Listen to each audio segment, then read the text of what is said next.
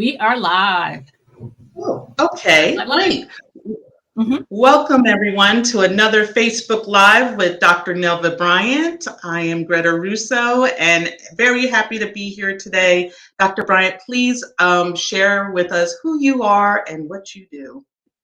Hello, everyone, and thanks for following us and listening in.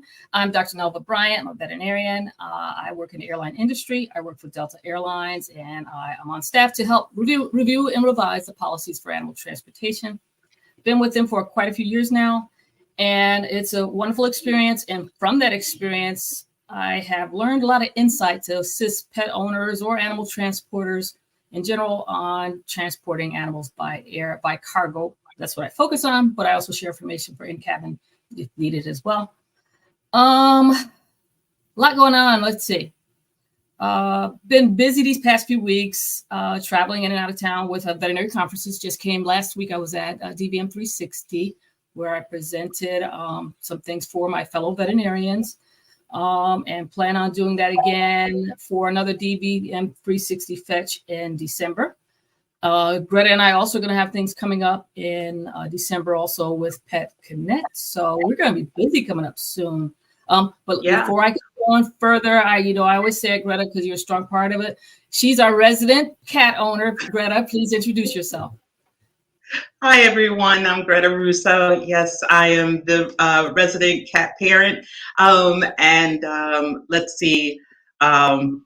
I help Dr. Bryant and When Pets Fly with their marketing and social media and all that good stuff. And it's been a great journey. And we just passed our 3-year anniversary for Facebook Lives on the 22nd. And thank you to everyone who helped us celebrate and gave us comments back. It's been a fun journey. And yes, we can't believe it's been that long so far. So that's the comment I kept seeing was, it's been that long. And it's like, yeah, it's been that long. But it's been a fun ride. Definitely fun ride. Cool thing about it is we started out thinking it was just going to be a focus on sharing pet travel education with pet owners, but we've expanded it to include all the different stakeholders I feel that has something to do with animal transportation. So it's great. Honestly, there's a lot of folks actually that want to come on our platform to talk with us and share their information, which is kind of cool. Because again, we never thought that it was going to lift off and be that popular, basically. So very excited about that. But again, we're sharing a lot. We're sharing information that you're not getting elsewhere. So I'm really proud of that. Yeah, absolutely. And I know there's so much information we still have to touch on. And I know, like I was sharing a little bit with you earlier, I definitely want to, if there's anybody out there that owns a pet tracking company or a microchipping company in that realm, we need you to come on, because I personally believe we need to talk more about that and introduce that to people, because I keep forgetting chipping your pet is a requirement to travel to a lot of these countries. So, and I don't think people know that. We definitely should bring people on to talk more about it. They might be afraid. I think so too. Imagine how many black labs there are. How am I going to identify that this is my dog over someone else? So you need to microchip your pet to identify them for traveling purposes. A lot of international countries require pets to be microchipped for identification purposes. And guess what, folks? Even to return back to the U.S. or coming back to the first time coming to the U.S., dogs must be microchipped as well. So it's extremely important for travel. It's also important for just in case emergency situations. God forbid, if your pet gets out during a disaster, whatever, you need to be able to identify them. Greta, please share your reason behind this. Please share a little bit what happened with Little Man this week so that we can kind of get a context of everything that happened. Well, everybody knows we got Little Man a couple years ago. He was the neighborhood cat that just strolled in my house, a tuxedo cat. And ever since then, he wasn't leaving, and which is great. And then we adopted to two other kittens, and we learned that quickly that Little Man is not a fighter. He just will not interact in fighting, even play fighting. So on Monday, we had the Comcast guy come to our house, and Little Man saw another neighborhood cat outside when we opened the door, who's like his arch nemesis because they always go at it in the windows. And he took off like a bat. And if anybody who's a cat parent, there is no chasing down a cat. They're just so fast. And the next thing we know, the two of them turned a corner and they were just gone. Now, luckily, I knew that Little Man knew this area, so I knew he could make his way back. But I definitely was scared about the wild animals because we have coyotes. I'm kind of in a wooded area. So I was concerned about that. And so after a day and a half, he did make his way back home. And then my boyfriend, he went, he was like, wanted to do something, fix the problem immediately. So he Googled he Googled GPS trackers. And so he went to Walmart and picked up a, $20 tracker that you would put it. You have one part of it you can put in your purse in case you lose your purse. And the other thing that dangles in case you lose your keys. And I said to him, you can't use this. And he was like, why not? I guess a man thinking a tracker is a tracker.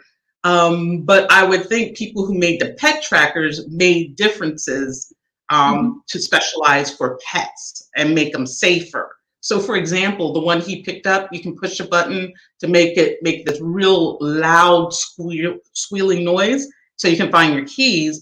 But if you do that, number one, you're going to hurt the cat's ears. And it's going to take off. Mm-hmm. So, I realized, he said, I didn't know that there were pet trackers. And so it's like, that really is not common knowledge. I've had pets for 50 years now. Yes, I'm over 50. And, I've never microchipped. I've never had a tracker. I just didn't think about it because I always had indoor cats. Mm-hmm. But you always have to be prepared because, I was saying to Dr. Bryant, why are we so reactionary? Why couldn't I have been proactive? And that's how everyone needs to be with their pets. So this weekend, I'm going to take my boyfriend and get the proper tracker, but that's why I said we have to get these people in because if you're traveling, you and I, Dr. Dr. Bryant, are traveling to England, for example, with our pets, if we are in the car and you open up the door and your dog sees, something outside, it can just take off. So, number one, I would hope you'd had your dog tethered, but a lot of people don't think to have their dog in a crate. That's number one. And number two, if you're either home or in another country, you don't want to lose your baby. That is the worst feeling in the world. I totally agree with you. And I would even say, even if you didn't travel out of the country, imagine traveling to another state or just traveling. I decided today I'm going to take my pet with me. Well, let's let it be a cool day where it's not hot out. And I'm taking my dog with me. He's going to stay in the car while I go to Walmart.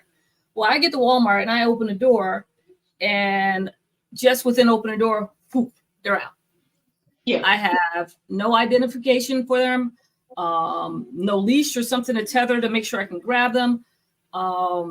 Just imagine the risk that you've taken already with that. So that you don't want to take that risk with them. It's not a safe thing to do for them. And being near cars, you've got animals that's never been around cars, so they freak out when they see them, and they don't. only street dogs know how to cross the street. Okay, your average dog probably doesn't know how to cross the street. So you really just need to be really careful and start thinking in advance and preparing yourself for traveling with your pet. And it could be locally, it could be to another state, it could be by air, wherever you want to go. You have to start thinking in advance for that. And one of the top things is, like I said, the microchipping for identification, extremely important. And if you do have a pet that's a roamer, say, I mean, there's nothing wrong with people have outdoor cats on occasion. Get a special tracker that's for pets, and now you know where they are. It's some dogs, for some pets that are outside, you rarely find dogs just roaming, but still, a tracker on them would be ideal too as well. So, just the technology is there. We just need to make it more known. Basically, that these devices are available. In instances like this to help. So, yeah. I think everyone, including myself, falls into the comfort of, oh, I know my pet, they won't do this. And that's a dangerous thing to fall into, because it only takes one extra element to make your cat, your dog, any pet you have, do something that is not typical to them. I've never told you this story before, but many years ago, I had this little dog named Diamond. She was my sweetie. She was a little Parsons Jack Russell Terrier, and every chance the door opened, she was gone. I mean, gone to the point where, and you chasing her, and she looks back at you and her ears flopping, and like she had a smile on her face. I mean, she thought it was the best thing ever, and she made me chase her. There was a point she was with my mom for a little bit when I was doing some training, and did it to my mom and my sister. They were just chasing her through the neighborhood, trying to get her, and she thought it was the best thing ever, and everything. That was her fun thing to do. But oh my God, the risk. And no, at the time, no, I didn't have a microchip. No, I didn't have a tracker on her. They would just chase her down and bring her back. We'd chase her down and bring her back home. That was it. But imagine the risk. I mean, little as she was 15 pounds. Man, being risky in the car. So yeah, it's a big risk. Absolutely. Well, we have a great guest to bring on, so let's pop him in and introduce him to everyone. Let's see. There we go. Hi, Zel. Hey, Zel. Hi, Greta. Hi, Dr. Bryant. How are you? Good. How are you? I figured this would be great. This is great segue into you, because you're going to give us some advancement into just as far as the technologies and advancement of pet containment, which is extremely important for folks to understand and realize. So I'm really happy you're here to share that information. Great. Glad to be here. Well, Zel, before we start, I'm going to read your bio, and then we will just get started with an introduction of, you can explain who you are and tell us a little bit about Digs. So here we go. Zel Crampton is the founder and CEO of Digs, the market leader in premium pet containment. Digs began out of frustration with poorly designed pet products. I guess we can agree on that. When founder and CEO Zel Crampton adopted his dog, Louise, he was disappointed by the lack of safe and high-quality pet products on the market. He later learned that there are no pet safety standards in the U.S. Zel founded Digs in 2018 to give pet parents better options. Inspired by the baby industry standards, Digs products prioritize safety, function, and aesthetics to benefit pets and pet parents alike. Fast forward to 2024, Digs is the market leader in pet containment, specializing in crates and kennels. Everyone, please help me welcome Zel from Digs.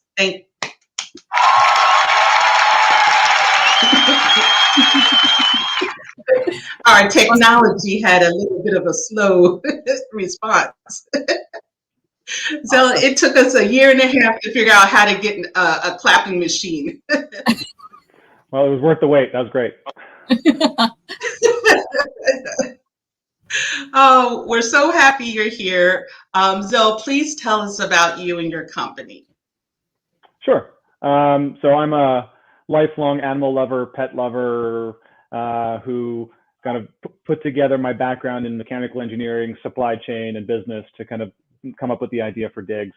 I was really kind of inspired by the way the baby industry went from sort of also a low quality, very commoditized category, like low quality strollers and car seats, et cetera, but then really kind of took off with when brands such as Up a Baby and Nuna and For Moms, et cetera, entered the market to create these amazing lifestyle products that are safer, higher quality, and easier to use. And I was a little dismayed, as you said in the preamble there, to learn how there are no pet safety standards because pets are legally property.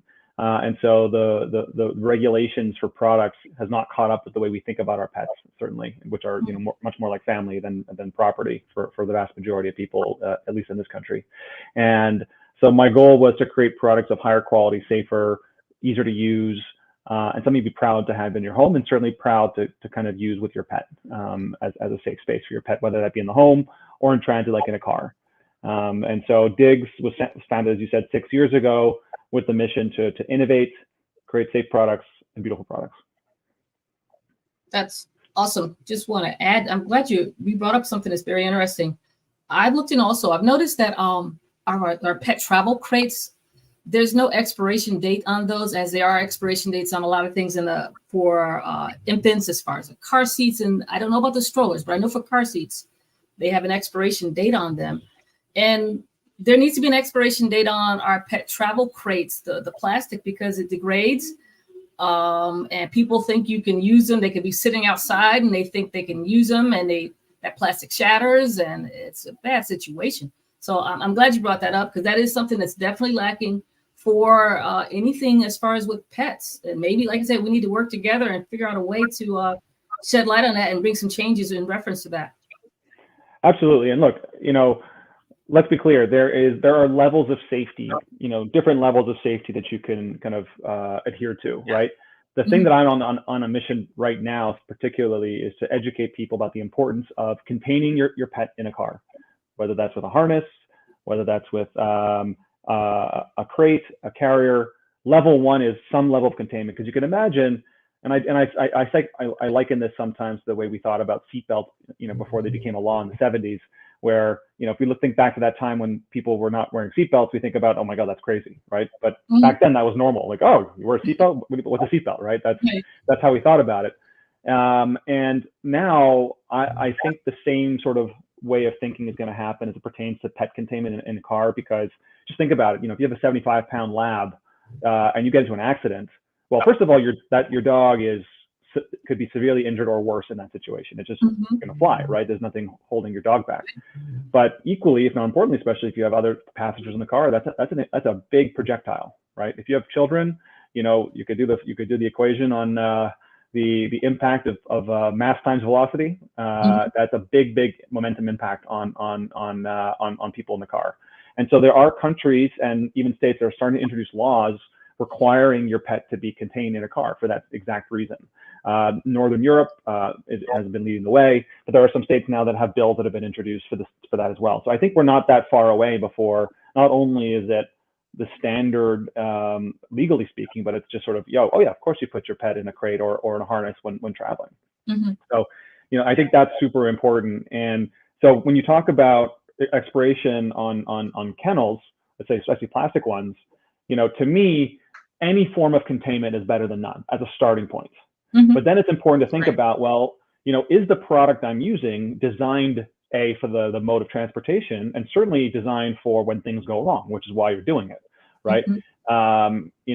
Most products on the market in the pet space, and I can't put a percentage on it, but I would believe it to be 95%, are not designed for car travel and accidents in mind. There are, they're really meant for the home, or they're just meant for, they're built flimsily without any kind of crash testing done on them. There are now, thankfully, a number of products, including one that we make called Inventure, which I'm happy to talk about, but there's also products made by Gunner, made by Lucky Duck, made by others that have been certified crash tested. So that means that in the event of an accident, the product has been tested to not only not be break down or damage, but also to contain the pet based on the weight rating of the pet. And so what that means is that you could, at least have a higher degree of confidence that not only will your pet be safe, but the other passengers in the car will be safe in the event of an accident, which is ultimately what we're most concerned about here. Mm-hmm. Yeah, definitely. Yeah. Now, Zel, just a quick question with your crates, and I apologize because other than learning from your website, to prepare for you coming on here, I've never heard of a Diggs crate. So I wanted to ask you, I know for sure you have hard body crates for the house.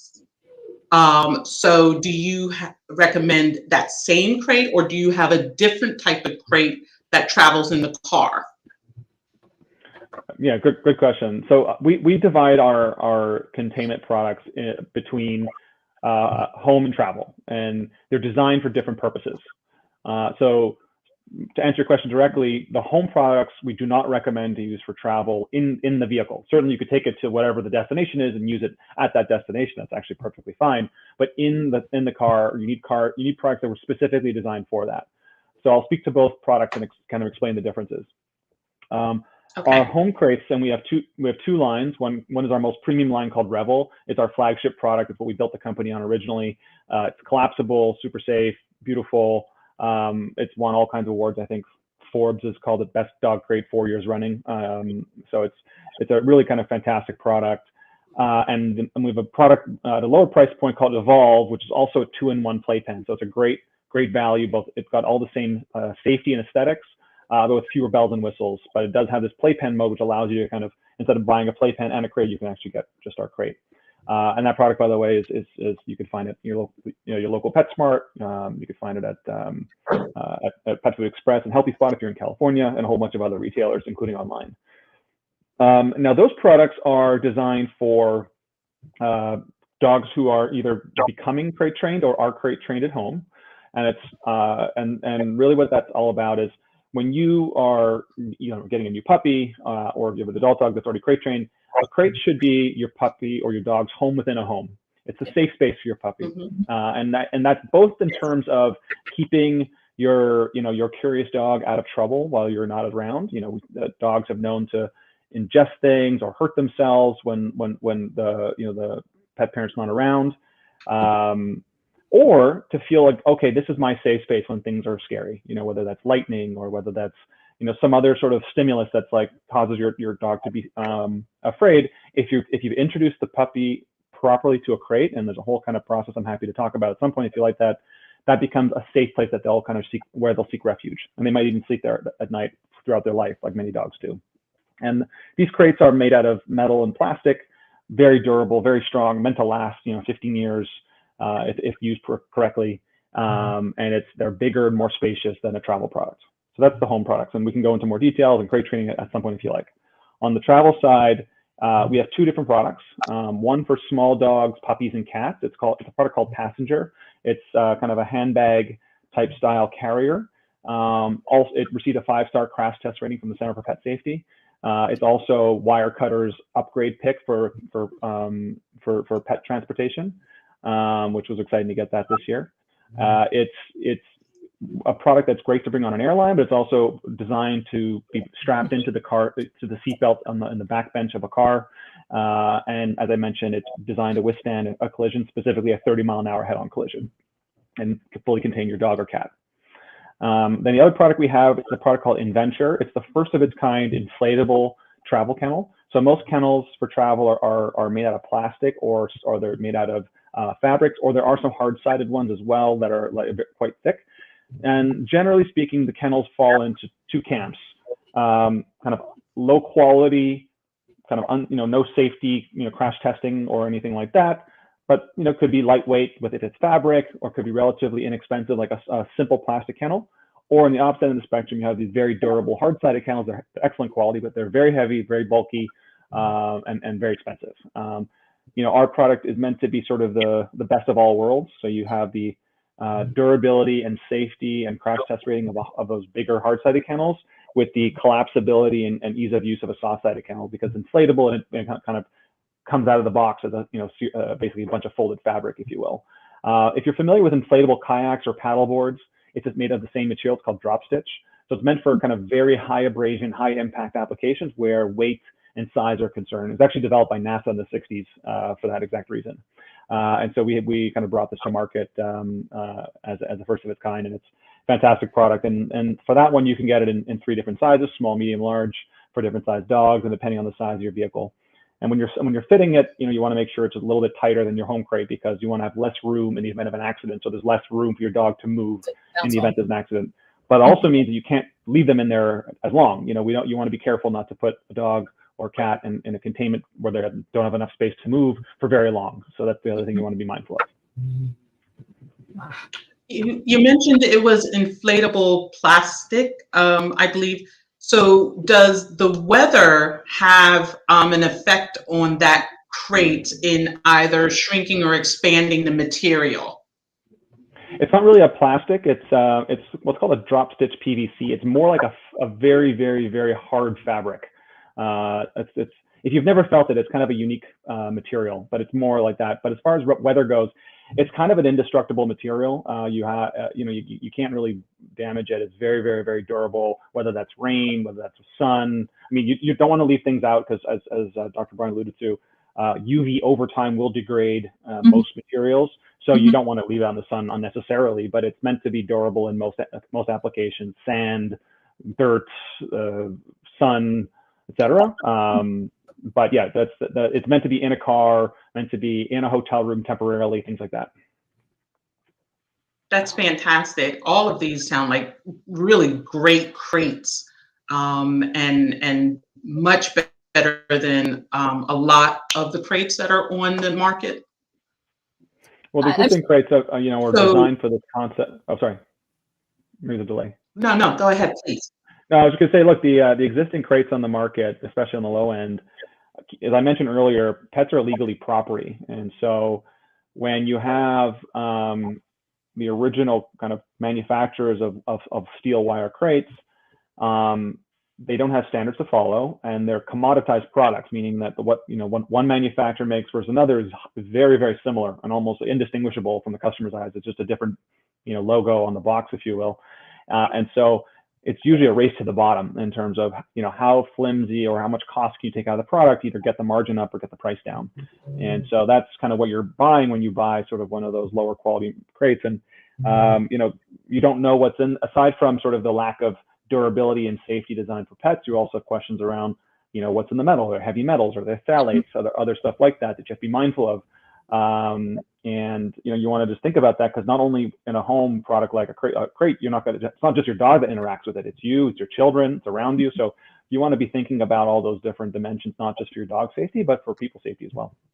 Yeah, that's true. You never think of that, not thinking about that. But yeah, I was going to say, I see quite often on my Facebook, I guess because I've connected with you, but on my Facebook page, I quite often see your advertisements for the crate, and I'm sorry, I don't remember the type it is, but it will be the competitor or premium competitor for the regular wire crate cage and everything that's available. So, but yeah, that's Revel. Yeah, Revel's the premium one. Yeah. Evolve is the mid-market one. Okay. Yeah. So, so your competitors are the wire crates. So when if you compare your crates to the plastic ones, I know this is a dumb question, but just so that people know, is your crate a better standard than the plastic ones that are out there, or what is the difference between digs and the ones that people commonly see? Because I think maybe breeders and shelters might know the wire ones better, but as a regular pet parent, I don't think Petco and PetSmart and even Walmart sell the wire ones as much. So how do you compare to the plastic ones? Actually, the wire crates are one of the biggest sellers in the containment space at those stores. There's a big section for them. But yeah, as compared to the plastic ones, I would put the plastic kennels into 2 buckets. Generally, you have sort of the standard ones you would find at Petco, PetSmart, And I'll get into how those compare to our crates. And then you have the premium ones, which are usually found online by specialty providers like Gunner Kennels. The quality and standards are very different between those two. So when I'm referring to plastic kennels, I'm referring to the former category, so the lower price stuff that you find on Amazon and Petco, et cetera. In those cases, you have a series of risks that you have to consider when you're putting a pet in there, right? We've already talked about the lack of crash testing. These are very, like, several couple millimeters thick plastic. In an event of an accident, your dog will go right through it. I mean, it's not even a question. Maybe not through the metal piece, but the metal is hooked to like some plastic pins, so that would just rip out. So those are not designed for a crash. So that's the first thing. The second thing you have to consider is, is your dog, anxious or comfortable in a crate? If your dog's very comfortable and this is, they've been introduced properly and they don't ever have any concerns, it's probably fine, right? However, a lot of dogs do have anxiety, or have to warm up to a crate.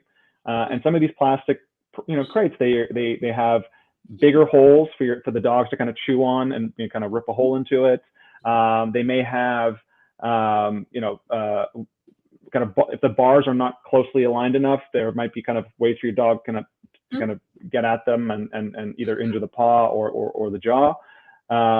And then finally, there's the stuff that you were talking about, Dr. Bryant, earlier around degrading over time. And so it's and the last thing is also there's a little bit less airflow in some of these plastic ones as compared to metal crates, which is true of all of them. And it's because they're more plastic shells with a few air holes. So you have to be mindful of the temperature. You have to be mindful of airflow and that kind of thing as well.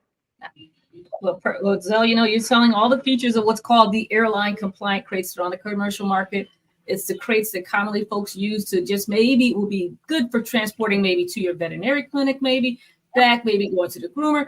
Okay, it works there, but definitely when they say airline, it's airline compliant. It's a big no-no for all the different things you said there.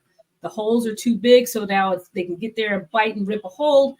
The plastic is thin as I don't know what, so they can tear. You get a breed like a American Bulldog or a Mastiff, and they can rip right out of those things. So love it that you brought that up and everything and reference that. And definitely, I'm hoping, like I said, I personally have developed a crate design that does meet IATA standards. That's the International Air Transport Association, their regulatory standards.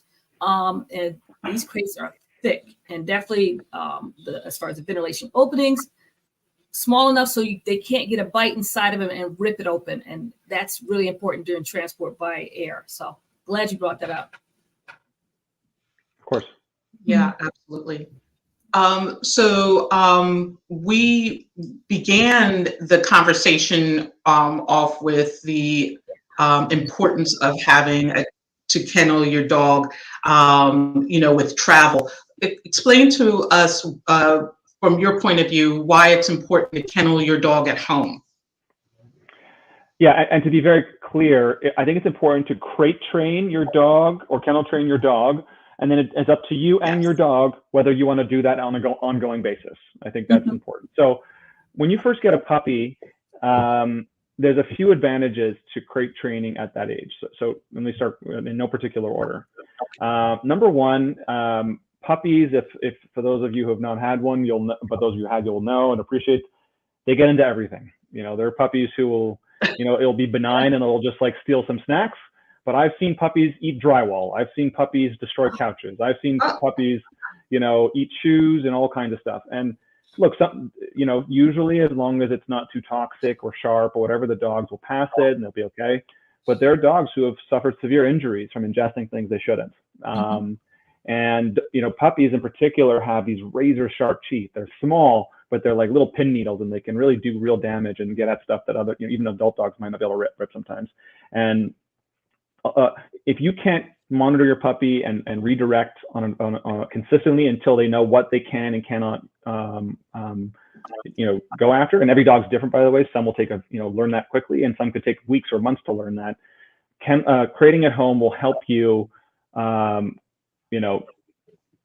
only kind of give your dog a safe space, but help them stay out of trouble when you can't be around at all times. I'll add on there a little bit if you don't mind, Zel, and also for house training too, folks. To house training your young puppy coming in, If you're not available to watch them every second, as far as going for potty breaks outside and teaching them to go outside, crate training is ideal for that, and everything with them too. But it's an important feature no matter what. Once they're even crate trained, there's other reasons why they need to be in their crate throughout the day.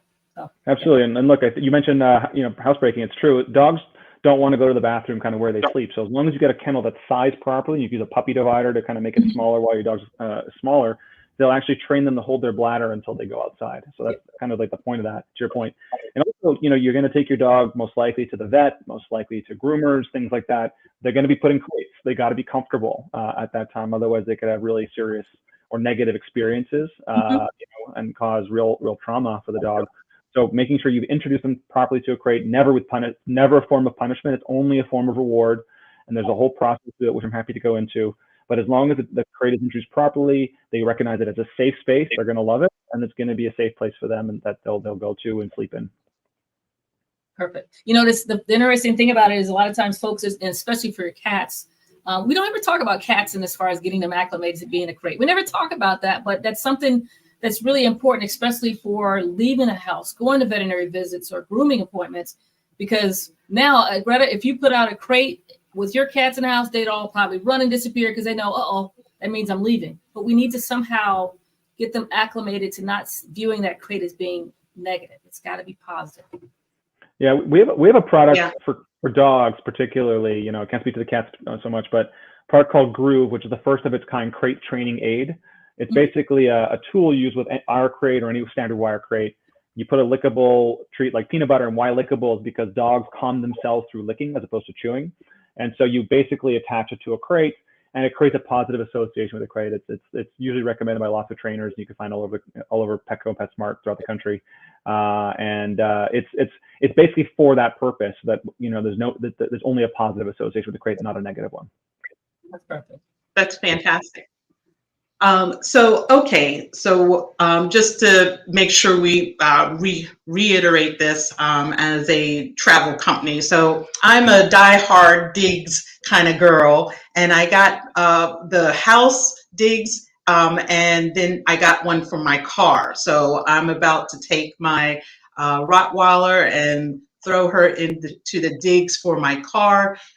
So please, just for everyone that is listening, please explain the importance of kenneling while the dog is in the car. Sure. Yeah, I think we hit this a little bit earlier, but it's what I was saying around projectile risk, particularly an injury to the dog and or passengers, right? It's no different to why you think, hey, I gotta buckle my safety belt or put my kid in a car seat, right? Because in the event of an accident, you can be a projectile and hurt yourself and others, right? And there's no difference for a pet. I mean, they don't if anything, they don't have hands to hold on to things, right? And so it's super important, if you are ever worried about the safety of your pet, safety of people in the car, to keep them either in a kennel or tied to a crash tested harness. And by the way, that we're not that far away for it to be a legal requirement, and it is already in some places. So I think it's a no-brainer. Obviously, it can be a little inconvenient. You have to have a kennel in the car, or you have to remember to do it. But it's the same risk factors as children or other passengers in the car. Yeah, and people don't think about something like that until something really bad happens. Again, you hear those news stories where either the pet was ejected from the vehicle during a car accident, or the pet got loose and ran off, as in a response of being fearful after that accident. And you don't need it to happen. So as we were saying earlier, with the start of everything, preparation, just be prepared. And these little steps you can to keep them safe during transport is important. Yep. Well, it doesn't even have to be something that is major. You could be pulling up to a park and, you go to open the door, and what if your dog sees a squirrel, and just darts? Yep. So, you never really have full control until you do. An animal can do anything. And, I think that's important. I wanted to ask Zel, do you have other accessories that Diggs has created or are working on for traveling in a car or even you mentioned one that was a part of the crate. Are there other accessories that pet parents can have fun buying? Yeah, our home crates have a lot of great accessories. You know, we have bedding, different kinds of bedding, whether it's like, you know, memory foam, premium mattresses, or ultra durable, you know, beds, things like that. We also have crate bowls that are really easy to use and really aesthetic. I mentioned that product Groove, which is our crate training aid, and we have treat spreads to go with it. So we got a whole sort of ecosystem for the home. And then for traveling, we have things like car tie downs that have, you buy our kennel for the car, and you tie it to either your bed or your trunk. And the straps we sell are designed to withstand a crash as well. There's 4 straps in a pack, and each one has a 3,000-pound brake strength. So it's meant to be very, very, very strong. We sell pumps, we sell carrying straps, all kinds of stuff like that, depending on what you're looking for. Fantastic. And all of your products are crash tested? Yes. Well, the products for travel, not the products for home. Okay. And you utilize the services of the Center for Pet Safety for your testing? We use them for some. We actually are. So the Center for Pet Safety Standards was a great place to start. Their standards were based on car seat standards, which is a good place to start, but they're not the same as sort of thinking about a dog in a kennel in an accident, because how the dogs are not strapped when they're in a kennel, and they move within kennels, and kennels move differently, they behave differently than car seats. So we actually need new standards specific for kenneling in a car. What's really exciting is our VP of products, or the person that leads our product development at Diggs, is leading the committee with ASTM. ASTM is the consortium that sets standards for products. So they're actually building the ASTM standards for pet transport in a car specifically. So there are some changes that we are going to recommend to the standards to be more in line with how the physics. I'm sorry. More in line with. No, go ahead, please. Yeah, more in line with the physics of what happens when a dog is in a car. Because just to give you an example, the amount of space your dog has in a kennel in a car accident matters a lot, right? A child in a car seat is strapped in; they can't really move beyond the give of the seat. If your dog is not sized properly for a kennel, there's a lot of translation. Your dog can hit a kennel pretty hard, and so we have to think about all those pieces that are different from car seat standards. Right. And what does ASTM stand for? Ooh, you're gonna get me there. It's a 200-year-old company. What does it stand for? It stands for the American Society for Testing and Materials. Got it. Very interesting. It was founded in 1898. Continue. Yeah, I mean, but this is what needs to be done. Wow. I mean, you brought up you did bring up a valuable point, is that folks never really viewed animals as animals in itself. They're its property. So I guess they didn't develop the standards.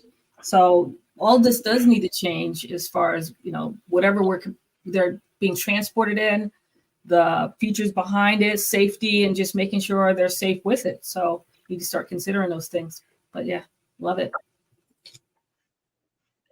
Well, that's what I love actually about both of you, Zel and Dr. Bryant, because yes, starting out, animals were considered property and treated like that for so long.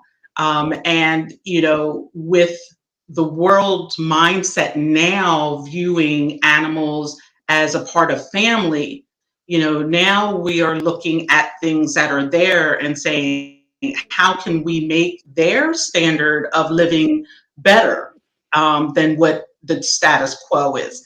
And so, Dr. Bryant, you are attacking or I shouldn't say attacking, but you are helping to change the airline industry from within with the standards, and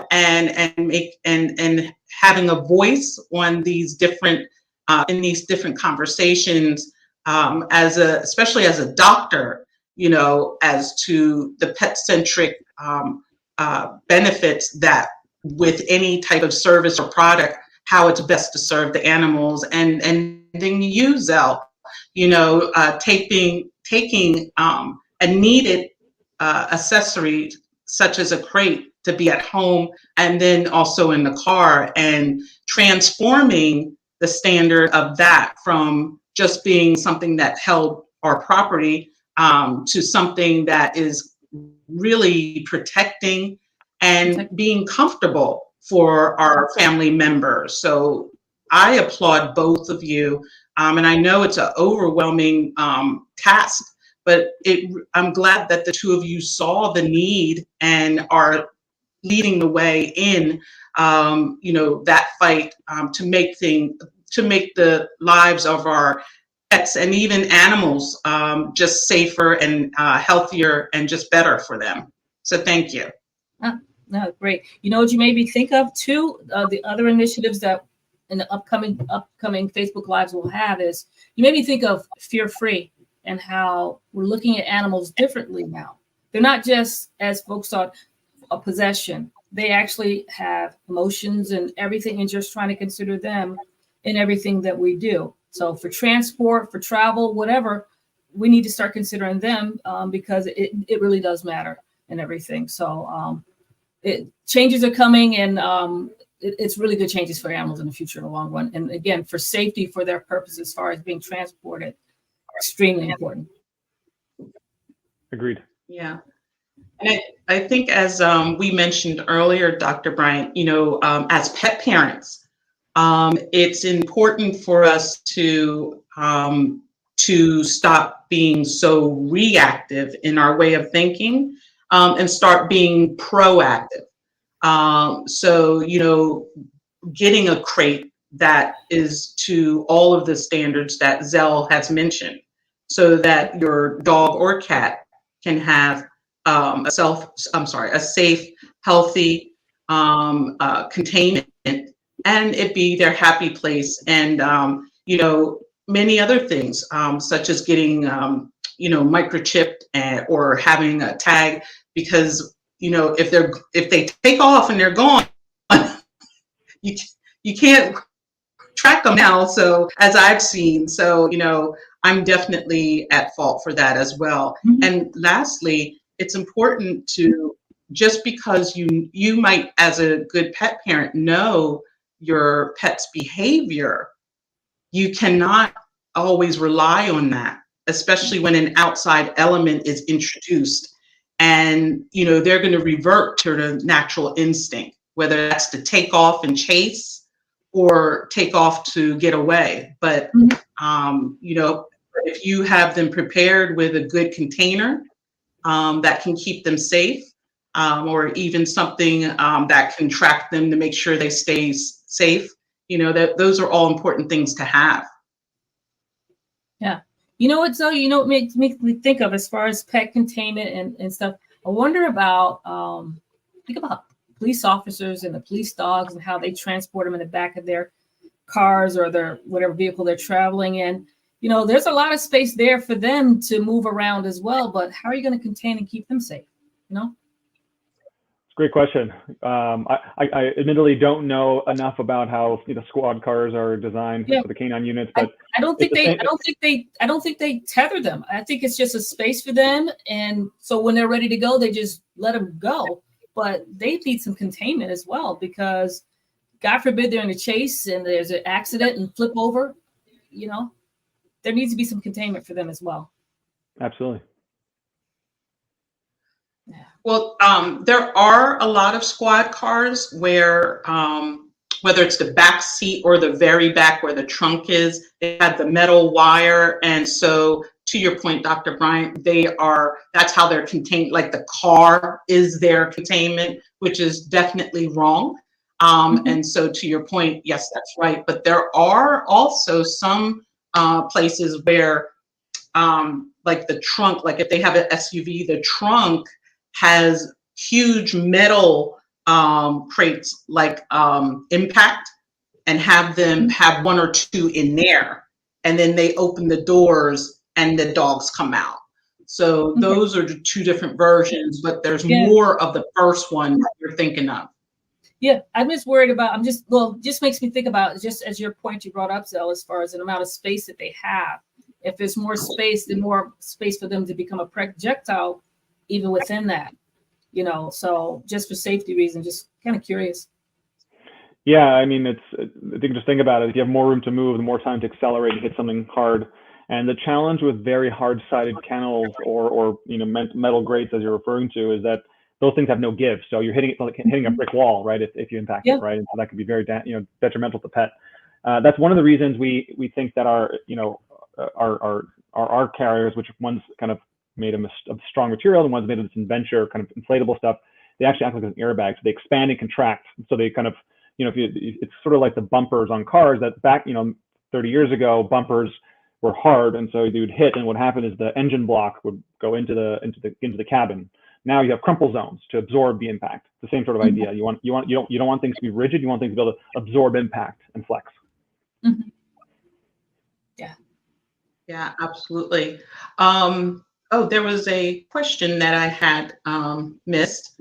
So unless we did it in different ways. What do you think are the most common misconceptions pet owners have about their pet's safety and care? Well, the one I see the most, and granted, my view is probably not as full as a trainer would see. My view is somewhat limited to pet containment. So I'm going to focus on that in my response. But there are a lot of people who get dogs for the first time or have very little experience with dogs and think, oh, I could just get a dog crate, shove them in the crate, close the door, and walk away. Well, that's very dangerous. And it's dangerous physically and psychologically for a pet. That's you know, could be abusive potentially. And the reason for that is because pets are not naturally going to know what a dog crate is. They have no idea why they're stuck in this thing, right? You know, so they have to be introduced properly. Crate training is really, really important. And so, you know, I say sometimes a car is a weapon if used incorrectly, right? Like if you're not driving with the rules, know how to drive, it's a very, very dangerous thing. Any form of pet products, be it containment products, otherwise, if not used correctly, not just in terms of how the manufacturer requires you to use it, but understanding pet behavior and pet psychology a little bit, can be dangerous. So consult with a trainer, consult with experts, make sure that when you are using any product, whether it's a containment product, ours or any, you're using it properly and introducing it properly for your dog or cat. Yeah. On your website, do you have videos that show, maybe not, I guess they would be training videos, but show pet parents how best to use your crates? Oh yeah, we got all kinds of videos and tutorials. We actually have like full ebooks on crate training and introducing a puppy to the home. We have as many resources as we can. In fact, we also have, I believe we still have a partnership if you want to get kind of on-demand video training with a trainer. We have trainers we can recommend in certain geographies. So we try to give as much resources as we can to our customers. Our care team is really well versed in the typical questions, the typical issues that they can help with. So definitely reach out to our care team, whether, you know, if you just if you have questions about our products or others, we'll be happy to help. But I think, you know, at the end of the day, it does, having a certified pet dog trainer, if it's the case of dogs, whether it's CPDT certified or Karen Pryor Academy. These are real certifications and pet training and dog training. Consulting with someone like that is going to be your best bet if you have questions about behavior, training, acclimation, things like that. That's great. That's really great. Dr. Bryant, do you have any questions for Zel or anything about DIGS? No, well, you know what? I give this an opportunity to share more about it, because remember, initially I was not aware. I knew you had a premium product. I remember seeing, I believe you had an opportunity. You presented it at a Costco. I remember that. And as far as I know, I didn't know you were on the commercial market, because I've never, in my place, where I live, never seen it in a PetSmart. So tell us more if it's expanded, please. Yeah, well, you know, we're a 6-year-old company, and for the first 5 years of our existence, we were mostly online on our website, on Amazon, Chewy, places like that. We just expanded this year to 815 PetSmarts around the country. So you won't see it every PetSmart, but around half of PetSmarts will be carrying our crates and accessories in the crate section. You can also find us on Costco.com. and sometimes Costco warehouses. So right now we're doing a Costco warehouse in Colorado this weekend. If you're in that area, we can also find us starting next year on Walmart. And then if you're in California, you can find our products at Healthy Spot and Pet Food Express, and other channels like Wayfair and Bloomingdale's and others. Yes, that's That's awesome. fantastic. Congratulations on your growth. Thank you. You said 6 years. Do you? Nice. Go ahead, Time John, flew, didn't it? Oh, Sure did. My beard wasn't this white when I started the company. So I would imagine, especially as an engineer, do you have projects that you're working on in the future, or more accessories, or different crates that you're bringing out? Well, we're actually launching a product in the next week or so. It's our Evolve crate. We're going to be launching in the first time of any of our lines in the XL size. So think like for Bernese Mountain Dogs or really big, big dogs. So we're excited that it's always been an engineering challenge to get the safety and quality at that size, but we figured it out and we got it, and we're really excited about it. So that's launching. If you have a big dog, please check us out. And then I'll just hint that we've got something in the works, a whole new pet containment category for next year that we're really excited about. I can't talk about it just yet, but it's a very exciting product for next year. well, that's wonderful. Then that means next year you have to come back and share it with us after it's launched. So that's awesome. Thank you. I will do so. I actually, when we were sitting here, I was thinking you would be perfect for horses. So if I'm going to throw my hat in the ring to making a guess, I'm going to say you're doing containment for horses. But you don't have to answer. We'll wait till next year. Horses or birds? That's what I'm going to guess. Okay. Well, maybe we'll do a poll of different kind of guesses. We'll see. Or maybe we'll give some ideas for the future as well. There you go. Just to back up for a second, I know you mentioned you have a whole library for dog training. Do you, and I don't know if this is a dumb question, but is there any type of training for cats, or is that just up to the parent to do their own training? That's a good question. We're admittedly don't have as much material for cats. We're much more well versed in dog training. So I don't want to speak out of turn in terms of what I know in terms of the training there. But we have, at the moment, we only have the one product for cats, which is our passenger carrier. So I apologize, but no, that's something that we probably need to work on a little more. Okay. Yeah. That's all right. Cats always get the short end of the stick. We need to get more training. We need to focus more on cats, to be honest. I agree. No question. Well, I'm always up for conversations. So as a 50-year cat owner, I know a few things. Sure you do. Absolutely. So Zel, is there any, besides hinting to a surprise for next year and all of that good stuff, is there anything else you would like to make sure that we know about your fantastic product, Diggs? No, just check us out, diggs.pet, or on Amazon or your local PetSmart. You can find us. You find us all over the place.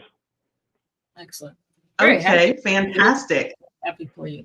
So happy you're here too. Thanks for having me. But yeah, congratulations. Thank you. Yeah, I can't wait to learn more and watch your growth. And it's really been a great conversation having you here. Likewise, I enjoyed it. Thank you. You're welcome. Well, everyone, that is another one of our Facebook Lives with Dr. Nelva Bryant, and you've got to meet Zel, from the CEO and founder of Diggs. So make sure you check out their website. Please follow them on social media, and make sure you even watch their training videos to help you out with your dogs at home. For now, this is goodbye, but we will see you next week as we start our November Facebook Live series. For now, have a great weekend and good night. Bye-bye. Bye-bye. Okay, I pushed in just